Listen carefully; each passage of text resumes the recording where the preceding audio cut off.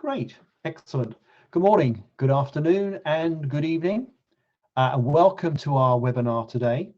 My name is Paul Branch, and for those that don't know me, I am the Chief Technology Officer here at World Commerce and Contracting.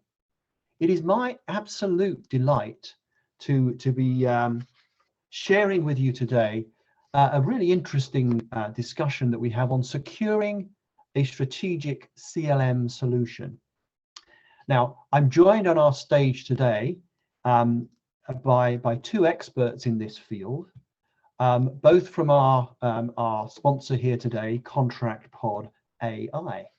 So first off, I'm joined by Richa Kaul, who is the Chief Strategy Officer at ContractPodAi, and also by Jerry Levine. Now, Jerry is the Chief Evangelist and GC with ContractPodAi. So team, welcome to the podium today, and I really am looking forward to this session that we have. Just a few housekeeping items before we start, guys. For those familiar with our World Commerce and Contracting webinars, you'll notice that you've joined in muted mode. That's not because we don't want to hear from you. We most absolutely do, but we are also recording this session, and do plan to make that recording available both to yourselves and also to colleagues who are unable to join us at this time. So to improve and preserve the quality of that recording, we do have most of our lines muted. We are really keen to take your questions though. So as we go, please use that Q&A tab at the bottom of the screen there to ask questions, and we'll take the questions as we go, hopefully.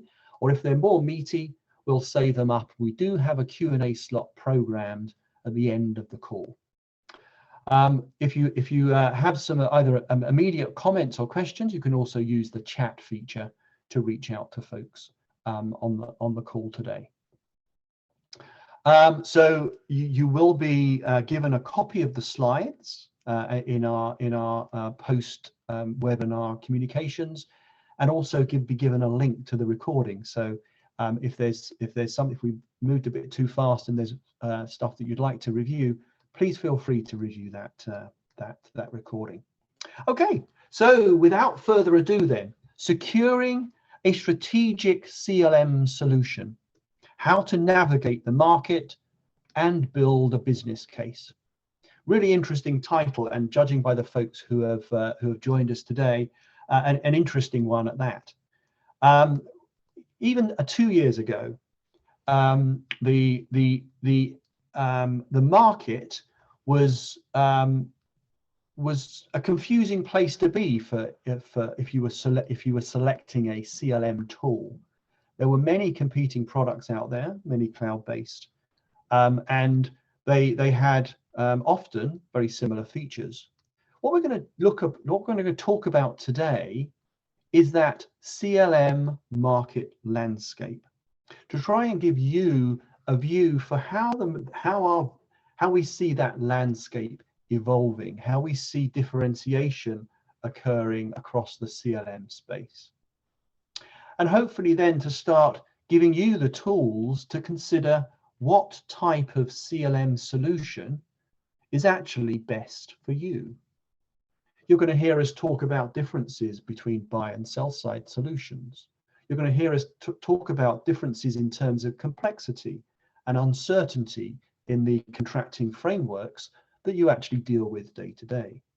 And these may drive you to slightly different CLM solutions. We're going to focus in on one sort of CLM solution, the one that we call this strategic CLM solution. We're going to explain what that means and why that is an important part in some of our more complex engagements. I'm then going to talk a little bit about how you build a business case. We often see questions that come in. How can I justify this not insignificant expense? How can I make sure that I include in my business case all the total cost of ownership components? So we'll spend a little time on that so that we can help you to develop a business case for your CFO. Okay, so without further ado, then I would like to hand over to to Richa to share with us the market landscape framework. Over to you. Thank you so much, Paul. And I just want to say, first of all, thanks everybody for joining, and really excited to be here and really excited to be speaking about the CLM market landscape. As Paul just mentioned, as we see with our clients every day, it's sometimes a bit overwhelming to think about a framework within which you can assess different vendors in the CLM space. It's difficult in any sort of sales, demo, and marketing collateral environment, but especially in a space like CLM, which is fast growing, relatively nascent, many new entrants. So it's hard to create that objective sort of mapping within which you can compare vendors. And that's what we really aspire to do here. We're going to talk a lot about the y-axis throughout today's conversation. So I'll start today actually on the x-axis here. And the goal, of course, is that you can map really any CLM provider on this little matrix we've developed. So bringing us to the x-axis for a second, you'll notice, for those of you who have good eyes, that there is little 2 arrows poking out from legal towards the sides, procurement and sales. So what we've done is defined the x-axis as the use case focus, or really the primary pain point for the current contracting of your business, and therefore for who is going to be really owning a CLM solution. Now, legal is inclusive of commercial and contracting teams as well, and is one of the more common use cases that we see, with sales and procurement being the secondary use cases that are most prevalent. So just to talk through that a bit. When we're talking about CLM ownership and use case focus from a legal, commercial, and contracting perspective, we're talking about what I would say the most versatile of products, because they need to cover contracting process regardless of function in the organization, regardless of stage, regardless of contracting party. And you see them envelop sales and procurement, which is why you have those arrows pointing outwards. Another very common use case is sales, of course, which is typically focused on customer-facing contracts, usually in high volume, usually relatively standardized, usually embedded in your CRM solution to support you on your sales ops and sales side motion. On the other side of this, you have the procurement side use case, which is typically, as I'm sure many of you know and intimately feel, involved in helping to remove more of the black box between procurement and legal teams around workflow, approvals, editing of contracts, and so forth on the vendor side. So that's our first axis and a helpful place to start. I'll say, and I'm sure Jerry will chime in further, that you see a lot of folks beginning their process on either end of this axis and ultimately sort of gravitating towards the middle as they see the versatility of a legal and commercial and contracting solution. So that's that piece. And I'll flip over now to the y-axis, which is where we'll spend the majority of our time on today's discussion, which is talking about customer value. So important to note always that this is an increasing and cumulative scale. So any provider on the top end of this must provide all of the benefits of a provider on the below end and so forth. So as you think about it, there's 3 primary levels, we'll say, or tiers under customer value. The first is operational, which is the table stakes of any CLM solution, really any enterprise software solution, which is providing process optimization. And Carl, if you don't mind clicking, we can see a little bit more about that. So it's focused on process support. That means things like a repository and workflow automation in the context of the contract management space. It is essentially the minimum that you need to support you in your day-to-day contracting actions. You then graduate to the analytical piece of the market, which is really focused on analyzing and generating insights from your contractual data. Tools like that, you'll see a lot of custom reporting, a lot of dashboarding of data and so forth. I'm sure many of you have seen those before. And then finally, you move on to the strategic side. I'm going to take a pause from what's written on here and say, I almost like to define strategic CLM solutions as 2 sides of a coin.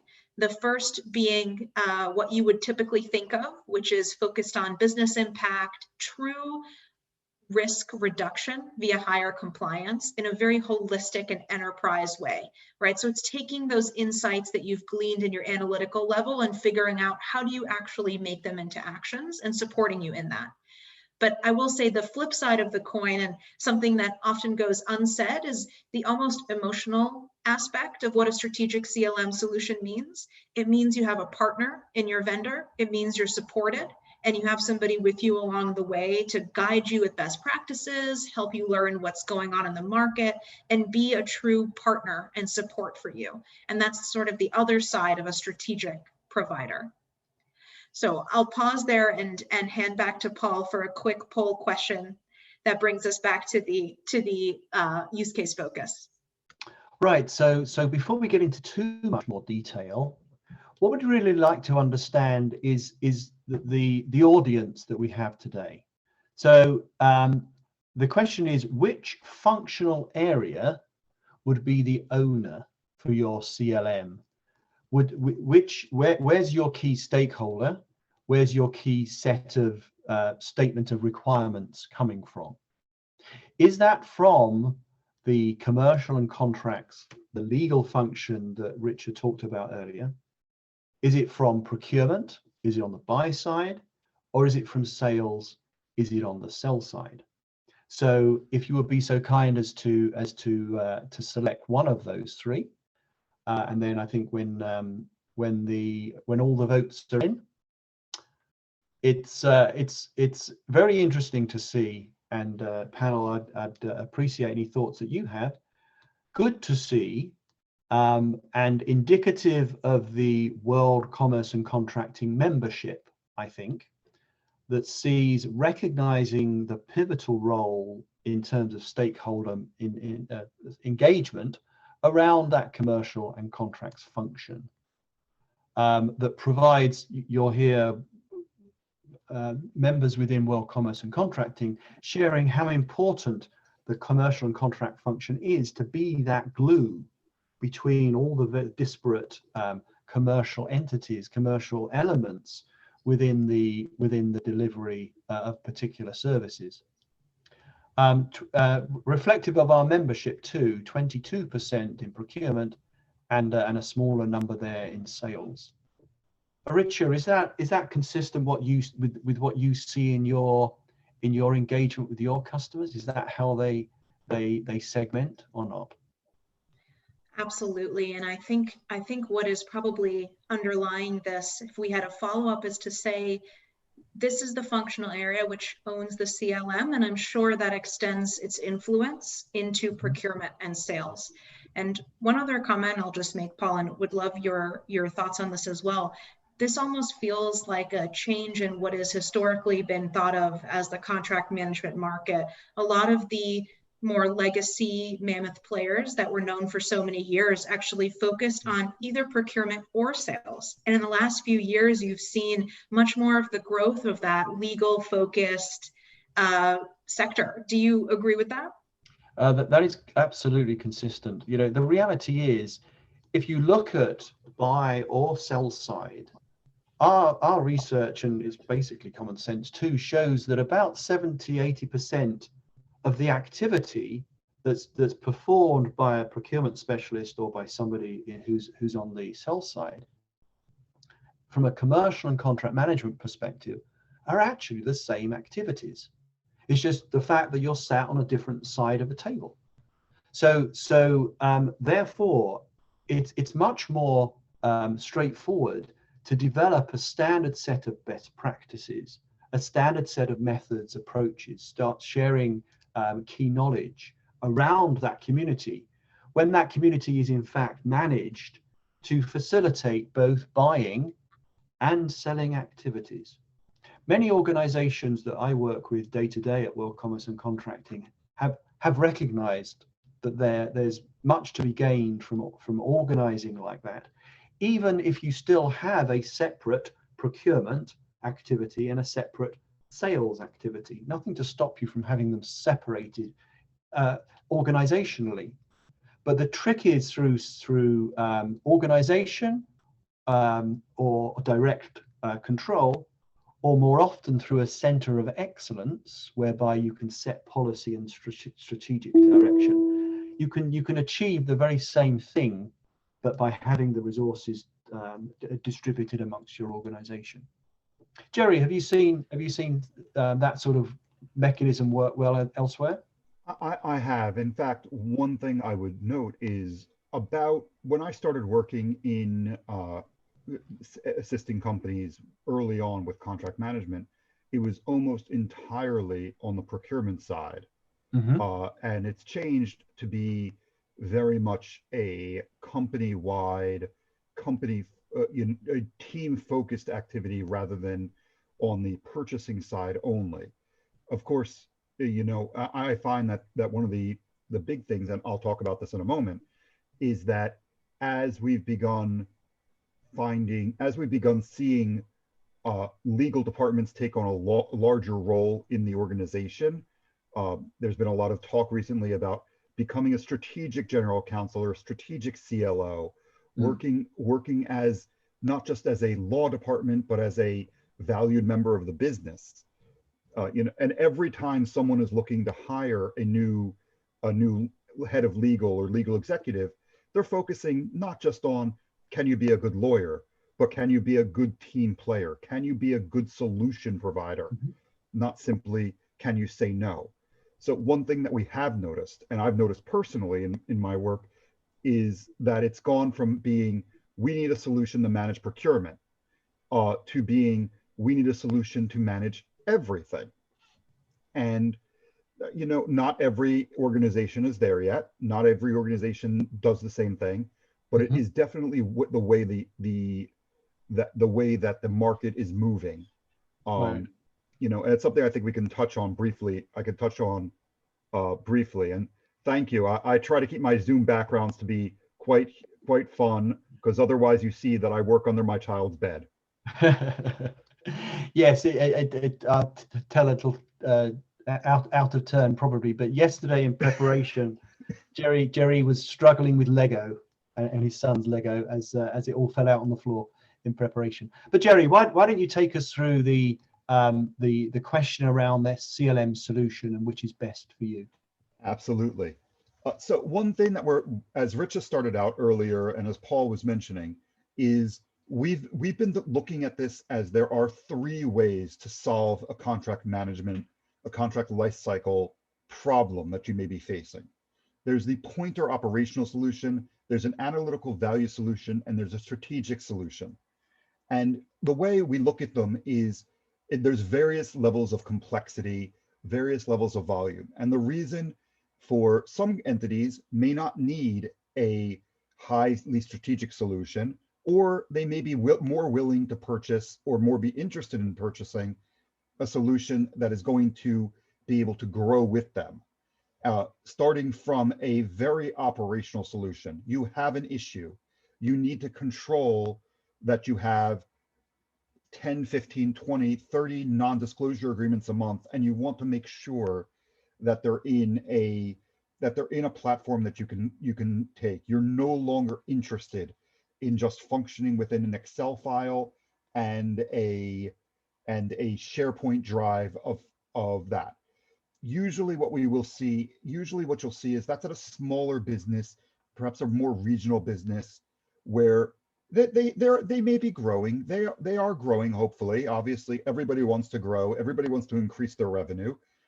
But you may not be at the point where you're saying, I need to go with massive analysis, significant drawn out strategical assistance. I don't need to know this. And perhaps you're more willing to, like some people I found, including myself, where you want a solution where you can be very hands-on and very adept at making it work the way you need it to work for your organization. On the other side, as you move forward, you increase analysis, and then as your contract flow grows, as the amount of complexity grows, and as you become a more mature business, a more dealing with more and more contracts and more complex contracts, you start moving to a more strategic, more focused, solution that can, I'm sorry, not focused, but more focusable solution where you can generate and monitor and manage a massive flow of documents, whether sizable documents or simply just the sheer number of documents that may be related to a contract.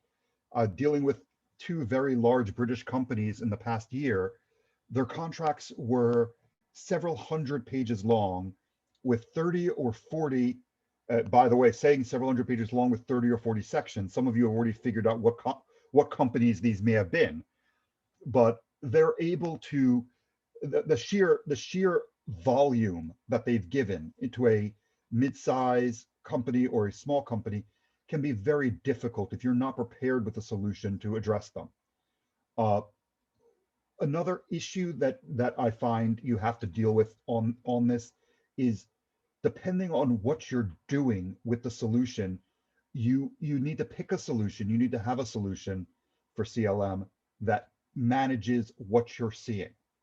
If you are not seeing, if everything you're seeing is extraordinarily simple, if everybody who comes to your website agrees to your click-through terms, you may not need as intense a solution as those who negotiate and analyze and need to understand what's in every single contract, because everybody's working on different paper.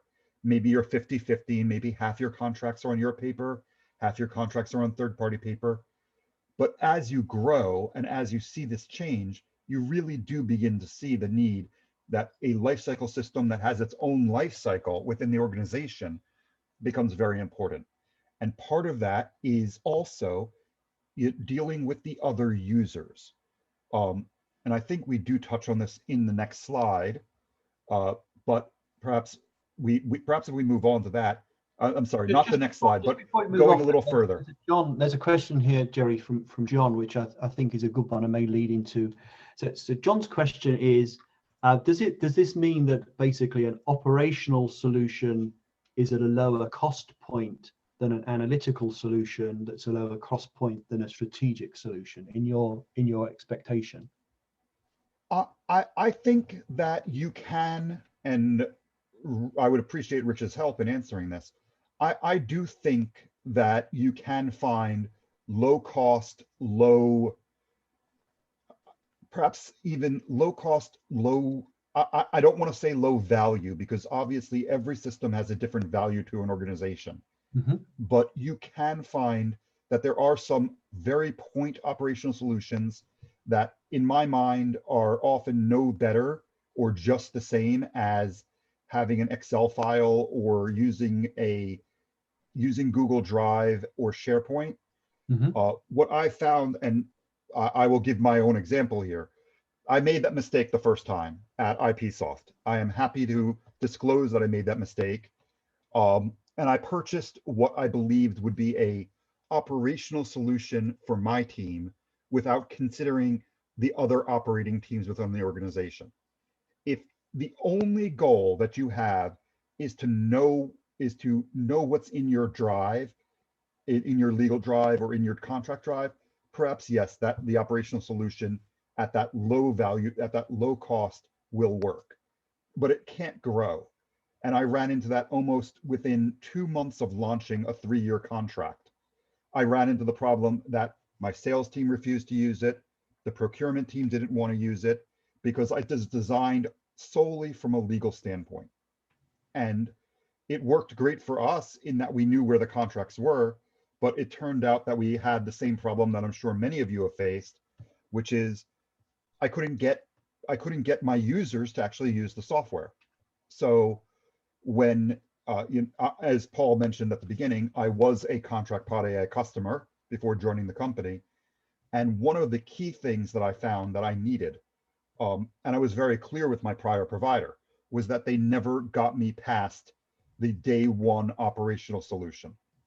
If I asked for help, and again, I'm not naming names. I'm being very, very cautious about this.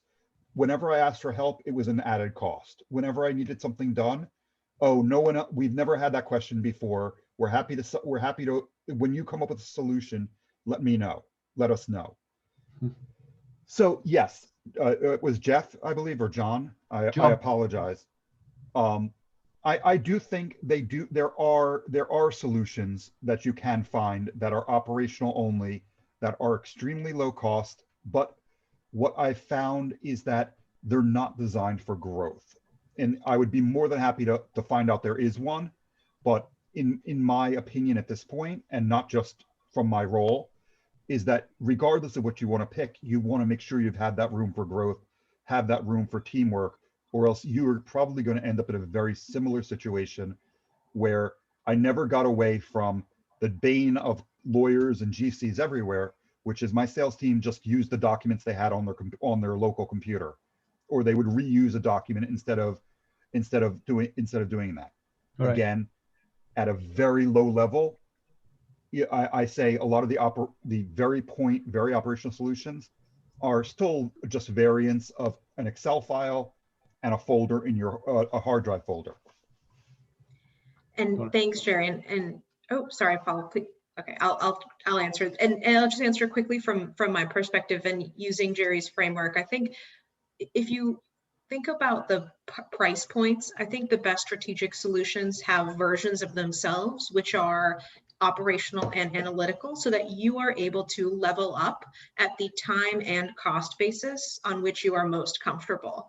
And I think a truly strategic and successful CLM implementation typically involves those different stages. So you almost move through operational, analytical into strategic with a strategic solution, and you should have strategic and phased pricing that helps you on that path. So you should be able to accomplish it. And I truly believe that. And as somebody who works a lot on our own pricing strategy, that's definitely something that we're always considering top of mind. Right. And Paul, if I can add one more thing to what Richa's saying, I think Richa, we didn't plan this. This is all off the cuff for me. I'm seeing this presentation for the first time today. I think that's absolutely true. When you're purchasing, plan for the future. If you're only solving for the immediate need, you may. I'm a huge believer in a strategic legal department, strategic legal group, legal leadership, and that means you want to purchase something that you can expand on, and a proper solution should be able to move you through these stages. Even if right now what you need is the lowest cost, your vendor should be able to go through how they will lead you from, I need to solve the immediate solution, to I need a solution for a year from now, to I need a lifelong solution for the next 3 to 5 years. And if they're not thinking about that, and I know it's hard, we've got so much to do every day. As Paul mentioned, half my day is taken up with Lego analysis and strategic Nintendo. But ultimately, what if you don't have that support, if you're not planning, if you're only solving for the immediate need, you're going to be back in the same situation in 6 months or 12 months when you find out that you've already outgrown the system, that you and we could talk about this, I think, a little later too, about building your value case for your CFO, your financial leadership. But part of this is really driving the idea that, are you planning for today only, or are you able to plan for the future as well? And I think if you're not planning for the future, if you're only planning for today, you're going to spend money that you're not going to recover. And the goal is to spend money, is to smartly spend money and recover it, and show that your value is significant for your organization. Totally. Rod says scalability and integratability. I'm not sure that's a word, Rod, but I think you just invented one. Are always must-haves. Now, I think on our next slide, Jerry, we actually bring that point out. Oh, it's the one after this, but we'll get back to that, Rod, in just a sec. We'll come back to that. Thanks, Paul. And I will say, just want to answer a couple of the questions that have come up in the last couple minutes here, only because there feels very relevant to what we're about to discuss and what we just chatted about. First one is around the maturity level required for an organization to do successful implementation of CLM. And we're going to talk about implementation a little bit more, but I did just want to mention what Jerry was just talking about, where your really partner-driven CLM vendor actually guides you through that process, then lowers the threshold or the barrier to entry needed from your side to be able to implement, right? So it's, and I'm gonna, we'll chat about this more, but I just wanted to make sure I address that initially. And then as we're thinking about the solutions have a basis for another pandemic, I'll actually jump into to this page we're on now. So the answer is absolutely yes. And I think the basis for a pandemic and the typical rise that you saw, we all saw in enterprise software solutions, was around the fact that most solutions, regardless of level of value, operational, analytical, or strategic, will support you in the types of challenges that you had when COVID first hit.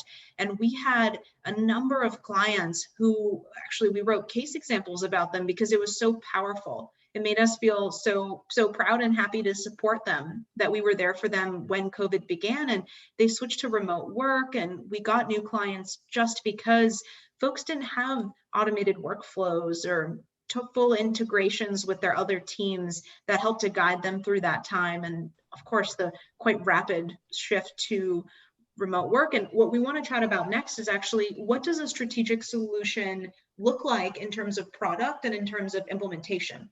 And so this page is just a brief intro to say, what does an end-to-end CLM solution actually provide? And many of these things are useful during a pandemic. So it provides from conception of a contract, the request or the auto generation to support the creation at the beginning, through the negotiation and the signature, onto the actual ongoing management.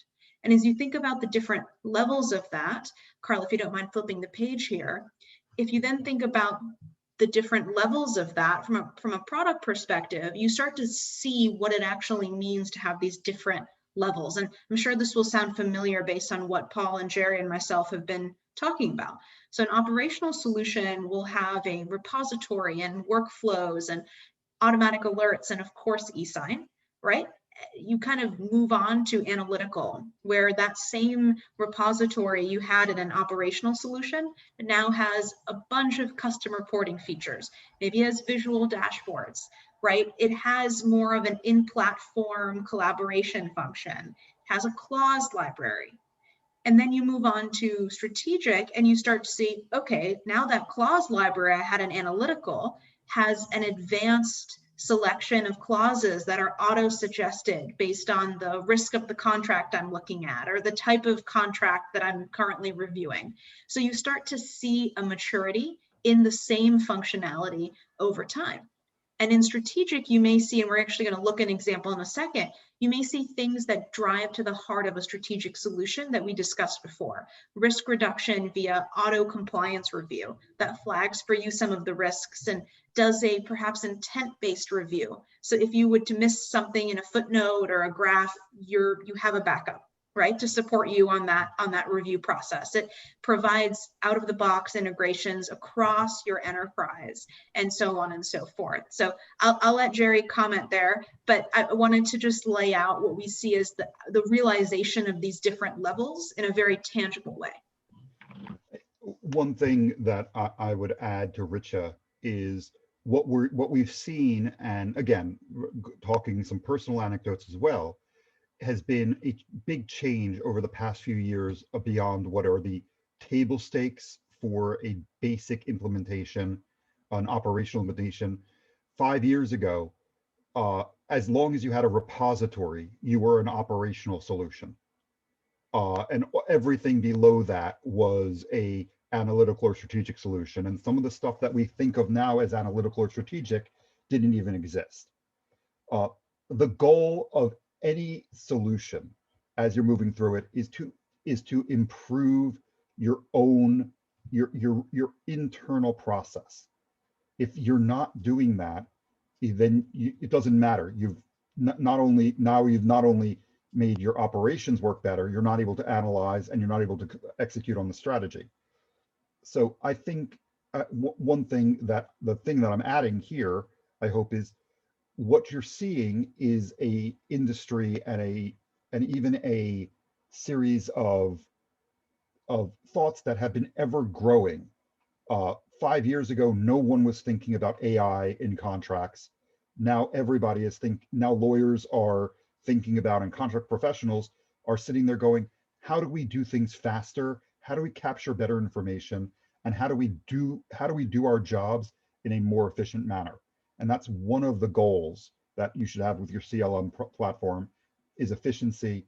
But also just keep in mind that what you're seeing now is a change from what there was 5 years ago, and significantly different from what there was 10 years ago, when the only solutions were custom built internal solutions. I mean, I started out with e-discovery companies in-house there, and how many e-discovery companies do we think of now? We've learned that it's an improved market. There's much more that's happened, and there is quite a bit more of assistance from technology alone. You know, Jerry, one of the things that really jumps out, certainly I'm getting lots of feedback from our membership about how important that second bullet is on the strategic slide: out of the box enterprise integrations.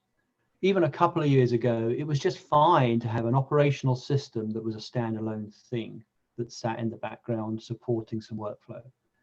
Now, these sophisticated tools are integrated through open APIs into the enterprise IT stack, so that you can start bringing together business intelligence around your order fulfillment, around your invoicing, around your purchasing, around your delivery, into a way that gives those commercial and contract management folks a dashboard that shows how that lifeblood within the contract is flowing around to deliver value to the end user. So that, I think, to your point, that is going to trickle down through into analytical and eventually into operational as being a must-have. Not there today, but I think it will, Paul. It will, Paul, and it's one of those things that we will start seeing. Right now, the best solutions, the top strategic solutions, have those integrations, and maybe within an operational solution, you'll find a fairly simple version of it.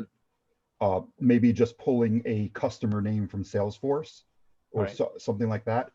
But as if you want you use the word lifeblood, which is a perfect way to do it. I believe the lifeblood of business is contracts, also money, but contracts. And if you don't have the information flowing, if the lungs, the heart, the brain, if everything is not working in sync, eventually you are going to collapse. So we're seeing more and more that integrations and out of the box integrations that are easily configurable on open APIs have become much more important. Totally. So Richa, why don't we take a look at what a strategic CLM solution looks like? That sounds great, Paul. Thank you. And this is perhaps my favorite screen of the full ContractPod solution to talk about, and a perfect segue as we're thinking about what a strategic CLM solution means. And if you recall, one of the ways I differentiated analytical and strategic is the difference from analytical of being able to get insights, and at strategic being able to act upon those insights. And I think that's what this page shows. I know it's a little hard to see here, but I'll walk you through it. This is a dashboard called Your Digital Transformation Journey. And what it shows is actually the adoption and return on investment of your CLM solution within your organization. So it looks at adoption by looking at things such as by team, by contract type, even by function, how the different folks in your organization are actually using your CLM solution. And then it actually looks at things like how much are they requesting in the platform versus out of it, and so forth. So you're able to get a sense of how do you optimize process even further for even more return. So that's one example of a strategic CLM solution in motion. And another one here is looking at, again, going to that core of risk reduction versus via increased compliance. So here is an example of a risk scorecarding methodology. So an actual intent-based assessment of a contract based on your specific company's playbook. So for example, you can see here a risk score of 15. Basically, this is a high-risk contract, which has been ascertained based on the different clauses that are listed below and some more that you can't see on the page. the AI has gone in and reviewed those clauses and seen in this third-party contract how much it aligns with what you consider to be safe or compliant, what you consider to be a relatively sound fallback position, and so forth. And then it assigns you a risk score. What then you can do is that based on this risk score, it will auto suggest negotiation that you can use in terms of clauses that you can use to then redline the contract. So you sort of see how you can act on the insights that are gleaned from a both almost process and aggregated level on that first screenshot and a contract specific level on this second one. So I did want to talk about that, and I'm just doing a time check here and realizing we definitely want to talk about implementation. So I'll flip to that. Just a brief framework that we use to talk about implementation. So often we think about CLM implementation as just the software deployment. And typically customers walk into the process with that top of mind. And very soon we start to hear the questions which we know are coming around all of the other enabling pieces of a successful CLM implementation. So here are the top 4. Of course, there's a software deployment, which includes not only the deployment of the software tailored to you, but also user training via change management best practices and so forth. You have your contract migration, which is essentially the upload of your legacy contracts and their relevant data into your tool. So you're up and running, steady state to future state in a matter of weeks, days, so forth. You have your legal AI engineering, which is basically the idea of taking very tailored clauses and pieces that you need to pull out from your contracts. So a standard AI may pull out force majeure and indemnification. A legal AI engineered solution will pull out your specific product schedule that you need to review for every sales contract for a specific SKU. Right? So it's really getting down to your specific use case and what you need. Finally, enterprise integrations, which we chatted about a lot, so I won't spend too much time on it. But of course, it's the fully supported integration of your CLM with your other tools, which actually is a great linkage to the next page here, where we see very similar to that product escalation or graduation, we see that same framework applicable on implementation. And I'm going to use integrations as a thread to kind of show you on these 3 levels what that means. So in an operational solution, you have a basic integration, something like your SharePoint, right? And all of your contracts will transfer over seamlessly, and that's great. And absolutely, that's table stakes. You then look at your analytical solution where you probably have a out-of-the-box integration with your CRM, Salesforce, Microsoft Dynamics. Hopefully, contracts are auto-created and auto-generated for you once you get to a certain stage of your sales process and so forth. Everything is seamless for your sales team. Then you move on to a strategic implementation support where you're able to integrate with any solution you have enterprise-wide, and that's from HR to finance to procurement and so forth. Typically, procurement solutions are much more complex integrations than sales side, so you sort of see that in some of your more advanced solutions. And more broadly, I think what you see here is a graduation from a one-time paid service. Jerry was talking about, a bunch of things being always feed, right? You have a fee for this, you ask the question, you need time, you get a fee. To a graduation to strategic, where it's much more of a partnership mindset. You're in it together, right? You're there side by side. It's consultative in nature. And that is where we see, I will say, second time around CLM buyers, which are becoming bigger and bigger in the market right now. You go, actually, Jerry was one of them before he landed up at with ContractPod. But you sort of see a first-time CLM buyer saying, let me get the best price, right? That's what I'm focused on in my bare minimum of needs. When they come around the second time, they're focused on implementation support. Who's going to be the best partner for me to figure out this long-term legal transformation journey? One big thing, and Richa, thank you. That's true. I have done this several times, sometimes at my own initiative, sometimes under prior GCs that I worked for. And it seems to always be the same thing. The first time, everybody's talking about price. The second time, everybody wants to is saying, you know what, we went on price last time, we didn't get what we needed. What we need this time, and again, not talking about scalable solutions, but pure pure price-based purchasing. And that is so true. And I've learned it myself, unfortunately, I suppose, but fortunately for some, and I can share that knowledge. If you are focused entirely on price, you are going to have a harder time of doing what you need to do. You may get a operational solution that you never can grow with. Thanks so much, Jerry. And the last thing I'll just note on this, and this is one sample, and I just want to mention the last thing I'll note in drawing in a question from before on pandemic, you typically may feel as though a strategic implementation may be a heavier implementation. And while that's true in the sense that it's higher adoption perhaps and can be longer and more tailored, as a response to the pandemic, for example, ContractPodAi offered a 10 business day implementation and was called a quick deployment.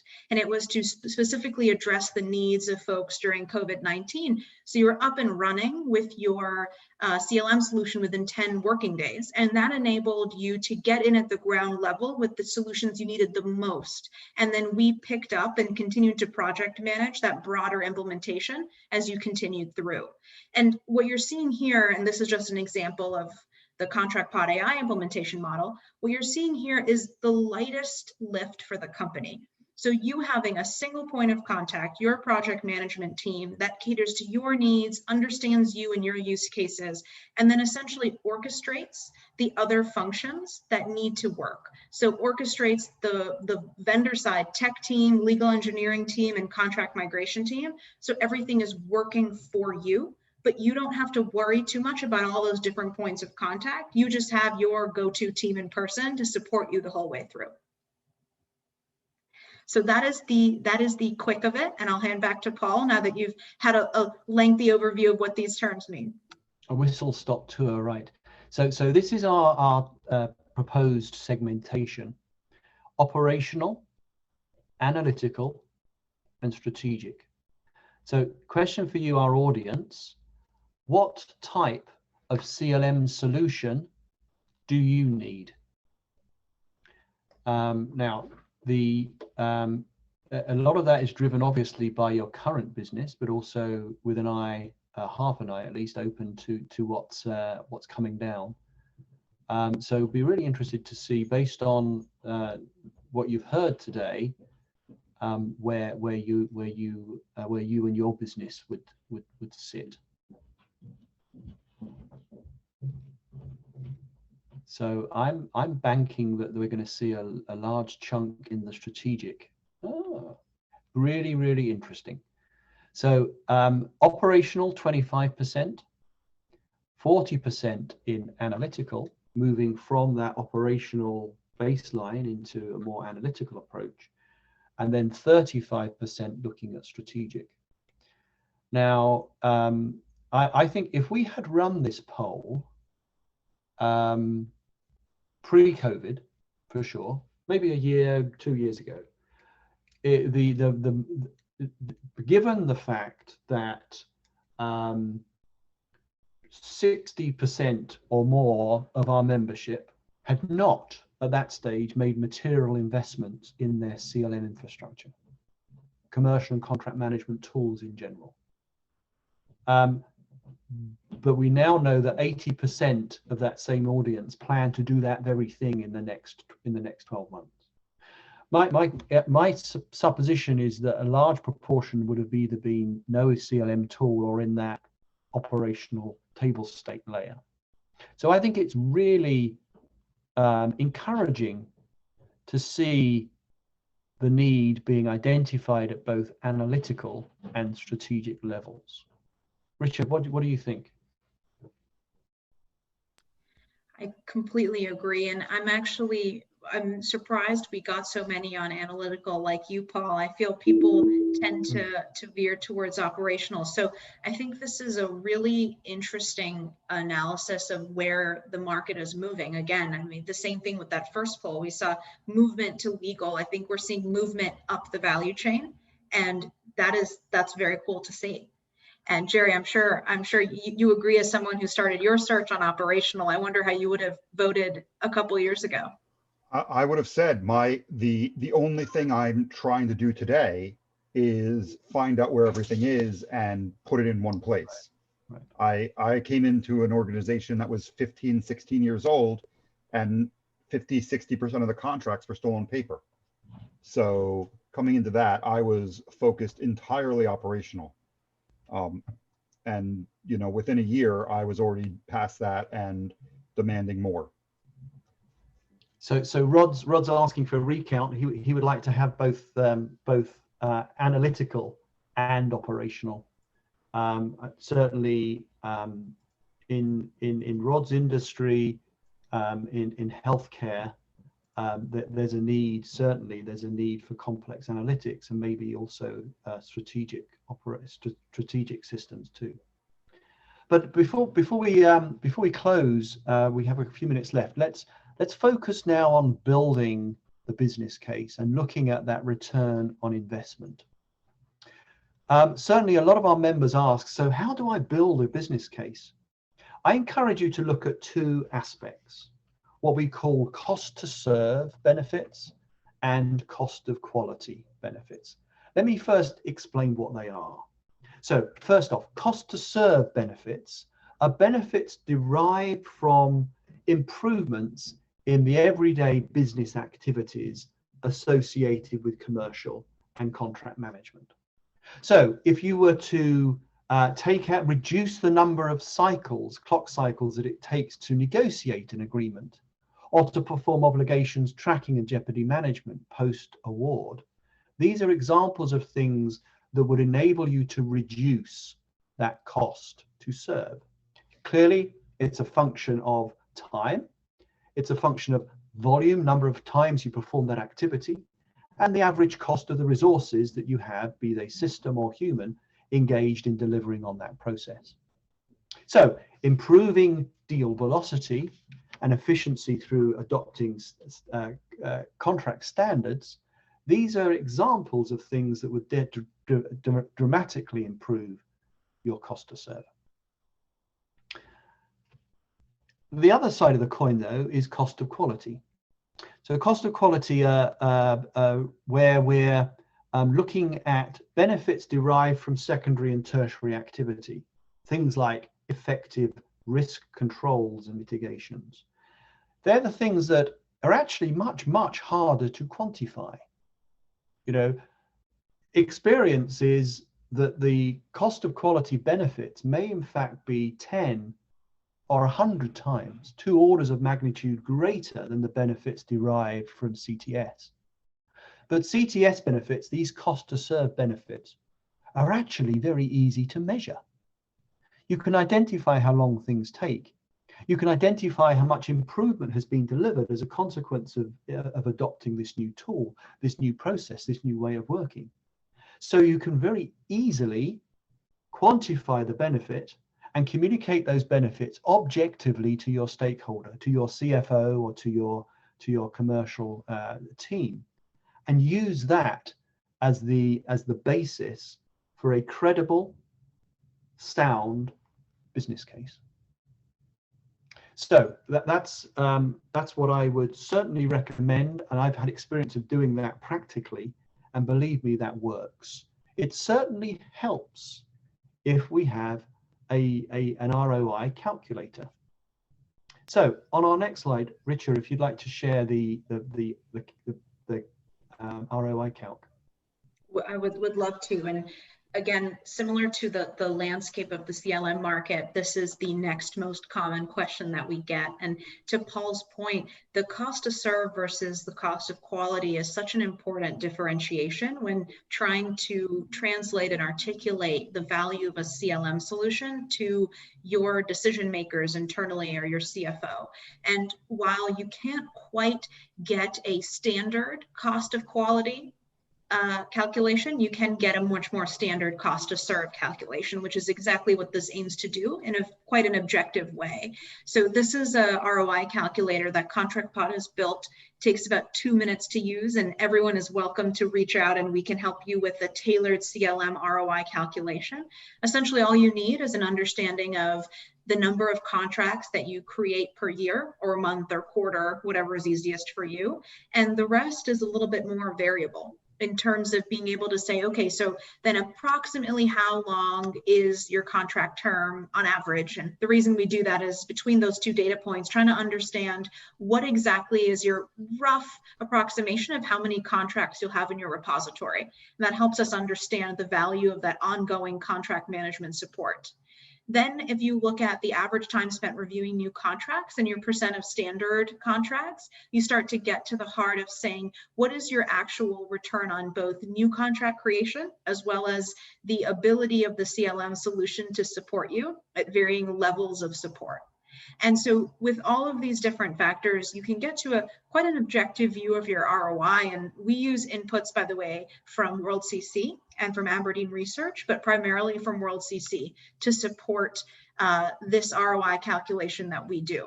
So it's quite exciting. And I know I've walked Paul through it. So he knows exactly the ins and outs of the way that we calculate. Indeed, and it's great to see that you're taking on board research that originated from World Commerce and Contracting. So it's a resource, guys, that certainly provides another useful data point in building a business case. If you have questions, feel free to reach out to myself or to our panel here. All seasoned practitioners in how to build that case, how to engage with our stakeholders to bring them along in this journey, and who those stakeholders should indeed be. I fell foul of our IT team in a previous engagement, not here at World Commerce and Contracting, obviously, because they all work for me, so it makes it really easy. But the IT team, we ran ahead with a business solution that did not engage with the IT team until it was a bit late, and then of course they dug their heels in because it wasn't what the direction that they wanted to go. So that stakeholder engagement is a key and critical part of the puzzle. I do see though we've got some questions. So sorry, Jerry. I was going to say one thing that you said is absolutely important. You know, going it alone sounds great and lets you build it to your specifications as a legal leader or a contract leader. But what as I said, what I found was when I brought the sales team in and told them to use the system I purchased, they started laughing at me and stopped. What I did the second time, and I've always advised others who've reached out to me to find out what to do, is I said, bring your sales team in. If they're going to be using it, and make it easy for them to use so you don't have any problems. Bring your procurement team in and make sure you've set up that integration. And Paul, I'm sorry, I just wanted to jump in there, but I know we have three questions, 2 in the Q&A and 1 in the chat. Yeah. So Jeff has asked, do any of the systems deal with planning and scheduling? I think that's going from a program and project management perspective. How would it integrate into a PPM tool? Or are there PPM program project management capabilities within the CLM toolset? I would love. Oh, sorry, Paul. Please go ahead. No. You go. I was going to say, I would love to answer this question because it's actually a rising question that we're seeing with our new clients. So they want, and it actually goes into that enterprise-wide integration. So one of the ways that ContractPod personally has solved this is by offering integrations with your project management softwares that you use, so Asana and so forth. Because what you can do is then track how your team is executing against your contract with what is in your contract. And that is a very cool and sort of next level thing to be able to do. So I hope that answers the question. Perfect. Jerry, question for you from Robert on the ROI calculator, size of legal team in terms of dollars per year or in terms of absolute number of folks? So Richa did answer this partially in the chat, I believe. And it's in the ROI calculator, I believe, Richa, you were saying that it's the number of people in the legal team globally, correct? Yes, apologies. I did not hit send on my answer. I had it typed up here. There we go. But absolutely, it is the number of people globally. Right. Number of people. Perfect. And then there was one other question from Robert Wildrick, and I apologize if I massacred your name. How are negotiation back and forth processed with people interface? And if I'm understanding the question correctly, there can be multiple solutions. In ContractPodAi, you can communicate via email. You can work in a collaboration tool we've built. You can load it up and work remotely through Teams or sharing in a Microsoft application or Google Docs. All of those are available. If I have misunderstood the question, then I absolutely apologize. But I think it just depends on what you're comfortable with. Ultimately, the goal of the CLM and the goal of the negotiation, to process the negotiation, the best way to do it is whatever way gets the contract done and does it without missing red lines, without causing delays, and tracks all the information, all the metadata, all the what we call key obligations that you want to preserve in the negotiation process to ensure that the business is well taken care of and that you're managing your risk appropriately. Indeed. Okay, well, guys, that hour has just whizzed by. So all it remains for me to do is to say thank you to our audience here. If you would like to learn more, I've got a copy of the white paper that will be sent out to you, and please do get in contact with our ContractPodAi colleagues if you'd like to get access to that ROI calculator. So guys, thank you for your time attending today, and thank you to our panelists, to Jerry and to Richa, for a really interesting presentation and for some great questions from our audience today. And all that remains for me to do is to wish you a very good day, and I hope that you enjoy the rest of your working day. Thank you, guys. Take care. Bye-bye.